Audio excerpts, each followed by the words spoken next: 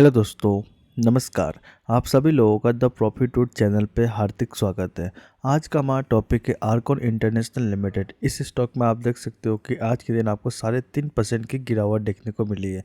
Last closing price से आज देख सकते हो कि शार्प ओपनिंग हुई थी लास्ट क्लोजिंग प्राइस के टाइम में, उसके बाद से शार्प फॉलिंग देखने को मिल रही है। इस गिरावट के पीछे की वजह क्या है? लास्ट 6 महीने में स्टॉक 50% क्रैश करता हुआ देखने को मिल चुका है। तो क्या ये हमारे लिए अपॉर्चुनिटी है स्टॉक को बाय करने का, या फिर हमें अवॉइड करना चाहिए?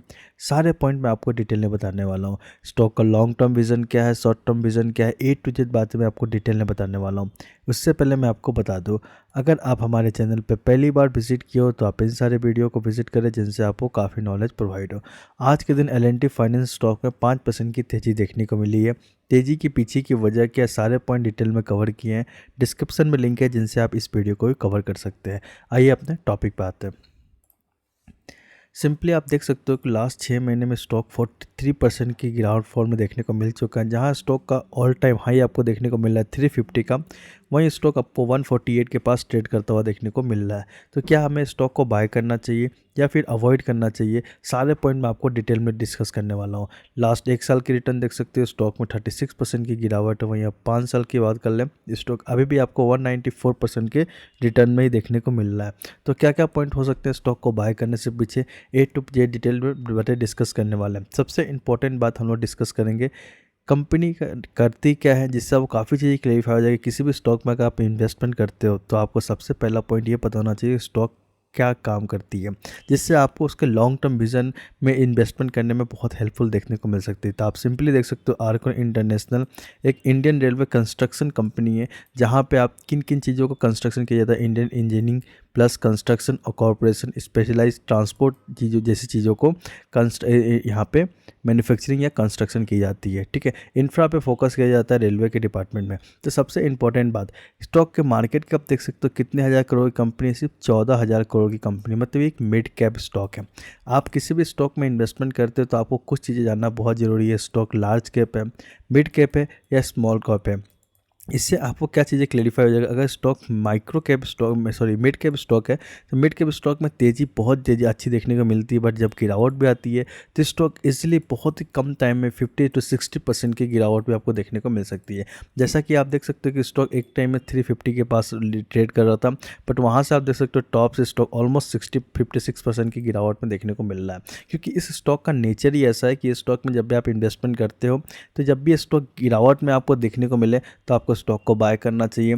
फिर अगर सडनली जिसमें तेज़ी आएगी तो बहुत अच्छा खासा आपको तेज़ी देखने को मिल सकता है। एटलीस्ट आपके पैसे को 1 से 2 टाइम्स से 3 टाइम्स भी देखने को मिल सकती है। बट जब भी प्रॉफिट बुकिंग आती है तो स्टॉक अपने टॉप से 50 to 60% की गिरावट भी देखने को मिल सकती है। जिसकी वजह से स्टॉक का अगर आपको नेचर पता होगा, जिसमें आप लॉन्ग टर्म इन्वेस्टमेंट में क्लेरिफाई हो जाएंगे स्टॉक में क्या पॉइंट पे फॉलो करना चाहिए।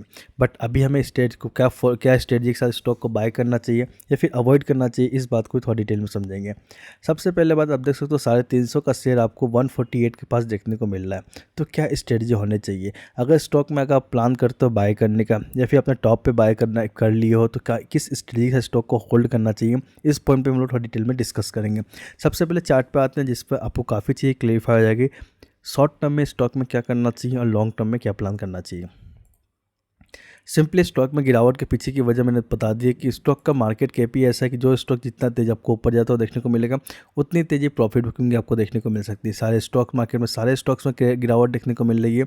इस स्टॉक में बहुत बड़ी तेज़ी आपको देखने को मिलती है, इसकी वजह से स्टॉक में ज़्यादा प्रॉफिट बुकिंग देखने को मिल रहा है। बट क्या सही समय है स्टॉक का इन्वेस्टमेंट करने का, इस बात को थोड़ा और भी डिटेल में समझते हैं। सबसे इंपॉर्टेंट बात, स्टॉक का ट्रेंड आप देख सकते हो अभी भी आपको डाउन देखने को मिल रहा है। जब भी मैंने आपको हमेशा एक पॉइंट बताया, जब भी कोई स्टॉक डाउन ट्रेंड के फॉर्म में देखने को मिले, मतलब देख सकते हो 220 के पास ये मल्टीपल्स टाइम ट्राई किया ऊपर निकलने की, बट ऊपर निकल नहीं पाए। वहाँ से आपको सेलिंग प्रेशर देखने को मिला। स्टॉक अभी भी आपको नया लो लगता हुआ देखने को मिल रहा है। तो ये स्टॉक हो सकता है आपको 140-50 का भी लेवल ब्रेक कर दी। तो अब नेक्स्ट जो हमारा सपोर्ट देखने को मिल रहा है 130 से 120 के पास देखने को मिल रही है। स्टॉक का ट्रेंड डाउन है, तो आप ये स्ट्रेटजी कर सकते हो कि अगर आपने स्टॉक को बाय किया है तो आपको इस पॉइंट के पास भी आता हुआ देखने को मिल सकता है। बट अभी तक आपने स्टॉक को बाय नहीं किया है तो बहुत ही सही समय है स्टॉक को बाय करके लॉन्ग टर्म होल्ड करने का। शॉर्ट टर्म इन्वेस्टमेंट स्टॉक में आप नहीं कर सकते क्योंकि ट्रेंड इसका अप नहीं है। जब भी किसी स्टॉक में आप अप ट्रेंड वाले स्टॉक को बाय करोगे ना, जिसमें आपको अच्छे रिटर्न देखने को मिल सकते हैं बहुत ही कम समय में, बट डाउन ट्रेंड वाले स्टॉक को बाय करते हो तो आपको सेलिंग प्रेशर या एसएल हिट होने के चांसेस बहुत ही ज़्यादा है। तो आप इस स्टॉक में अभी कैप, स्मॉल कैप या स्विंग ट्रेडिंग, मतलब short term investment, swing trading आप नहीं कर सकते हैं। बट लॉन्ग टर्म का प्लान कर रहे हो, आप हर मंथ कुछ एसआईपी के फॉर्म में इन्वेस्टमेंट कर रहे हो, तो आपको बिंदास स्टॉक को बाय करना चाहिए। स्टॉक में अभी भी कंटिन्यू का फॉलोइंग देखने को मिलती है, तो स्टॉक 130 के पास, 120 के पास अभी और भी आता हुआ देखने को मिले, तो आपको बिंदास बाय करके लॉन्ग टर्म होल्ड करना चाहिए। जिन्होंने भी स्टॉक को 200 के पास, 250 के पास बाय किया, उनको डरने की जरूरत नहीं है। उन्होंने बस डाउन ट्रेंड में स्टॉक को बाय किया, जिसकी वजह से उनको सेलिंग प्रेशर देखने को मिल रहा है। उन्हें बस अपने टाइम को थोड़ा इंक्रीज़ करना पड़ेगा। जिन्होंने प्लान किया था 6 महीने का प्लान करके स्टॉक को बाय किया था, ये 6 मंथ से उनको 2 साल या 1.5 साल का प्लान करना चाहिए। 1.5 साल का इन्वेस्टमेंट का प्लान आप करते हो तो स्टॉक में आपको फिर से बड़ी रिकवरी देखने को मिल सकती है। इसके पीछे की वजह क्या है, इस पॉइंट को थोड़ा डिटेल में आइए चार्ट और भी डिटेल में समझते हैं। सिंपली आप यहाँ पर नोटिस करके रख सकते हो, स्टॉक दिसंबर 2021 में इसके सेल्स थे 1700 के पास, 22 में देखोगे 2300 सेल्स, 24 में, आप 23 में देखोगे 2900 का, 24 में देखोगे 2600 का। सेल्स में ईयरली गिरावट देखने को मिली है, जिसकी वजह से स्टॉक में कंटिन्यू फॉलिंग आपको देखने को मिली है। बट क्वार्टरली आपको अच्छी जंप देखने को मिल रही है, जिसकी वजह से आप चाहो तो स्टॉक को बाय करके रख सकते हो। वहीं ऑपरेटिंग प्रॉफिट की बात करें 153, अगेन 156, 259, अभी आपको 132 के पास देखने को मिल रही है। एक ये भी सबसे मेजर वजह है जिसकी वजह से स्टॉक में कंटिन्यू फॉलिंग आपको देखने को मिल रही है। बट एक बात आप हमेशा याद रखो, स्टॉक मार्केट में सेल्स अप एंड डाउन होते रहते हैं। नेक्स्ट टाइम आपको नेक्स्ट क्वार्टर में हो सकता है कि इसके सेल्स में इंक्रीमेंट हो, जिसकी वजह से प्रॉफिट में इंक्रीमेंट हो, तो स्टॉक में आपको बड़े पैमाने पे अच्छे ट्रेड देखने को मिल सकते हैं, अच्छे पोर्टफोलियो देखने को मिल सकते हैं। तो आप एक प्लान करके रख सकते हो। इसे रेलवे से जुड़ी हुई कंपनी है, रेलवे के कंस्ट्रक्शन में हमेशा काम आएगी कंपनी, काम इसका कभी बंद होने वाला नहीं है। तो जितनी भी गिरावट आपको देखने को मिले, उस गिरावट में आप बस इन्वेस्ट करके लॉन्ग टर्म प्लान करते हो, 1 से 2 साल का इन्वेस्टमेंट प्लान, 3 साल का इन्वेस्टमेंट प्लान करते हो, तो आपको और भी अच्छे रिटर्न देखने को मिल सकते हैं। सबसे इंपॉर्टेंट बात क्या है कि ईयरली रिजल्ट्स आप देखोगे तो आप सिंपल देख सकते हो कि हर साल इस के सेल्स में अच्छी खासी ग्रोथ आपको देखने को मिल रही है। 20 में 500 करोड़, अगेन 53 करोड़, 700, 10,000, 12,000, मतलब देख सकते हो सेल्स में कितनी अच्छी ग्रोथ देखने को मिल रही है। वहीं आप ये नेट प्रॉफिट की बात करें तो आप देख सकते हो 485, 391, 592, 765, 930, अभी आपको 763 के पास देखने को मिले। अभी भी इस ईयर के 2 क्वार्टर के रिजल्ट बाकी है, जिसकी वजह से स्टॉक में आपको अच्छी खासी ग्रोथ ईयरली देखने को मिल सकती है। स्टॉक बहुत ही अच्छा है, रेलवे से जुड़ी हुई कंपनी है, तो आपको बिंदास स्टॉक को लॉन्ग टर्म होल्ड करके रखना चाहिए। सबसे इंपॉर्टेंट बात देख सकते हो प्रोमोटर की होल्डिंग, 73% की होल्डिंग थी पहले प्रोमोटर के पास, अभी आपको 65% के पास देखने को मिल रही है। एफआई की इन्वॉल्वमेंट पहले 2% की थी, अभी आपको 4% के पास देखने को मिल रही है। डीआई पहले 1% के पास थी, अभी आपको 1.5% के पास देखने को मिल रही है।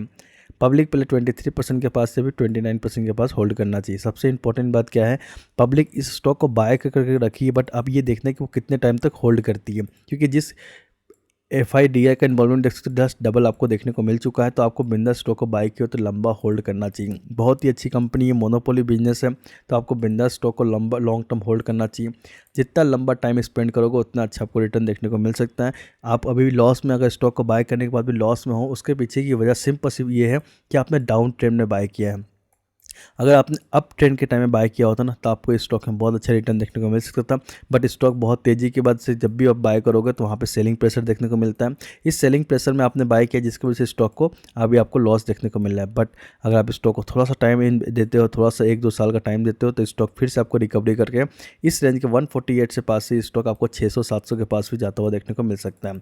आई होप को सारे पॉइंट कवर होने चाहिए। अगर आपको कोई भी डाउट हो तो आप कमेंट सेक्शन में डाउट क्लियर कर सकते हैं, जिसमें आपको नेक्स्ट वीडियो में आपको सारे डाउट को क्लियर कर दूंगा। आई होप को वीडियो अच्छी लगी हो। Thank you.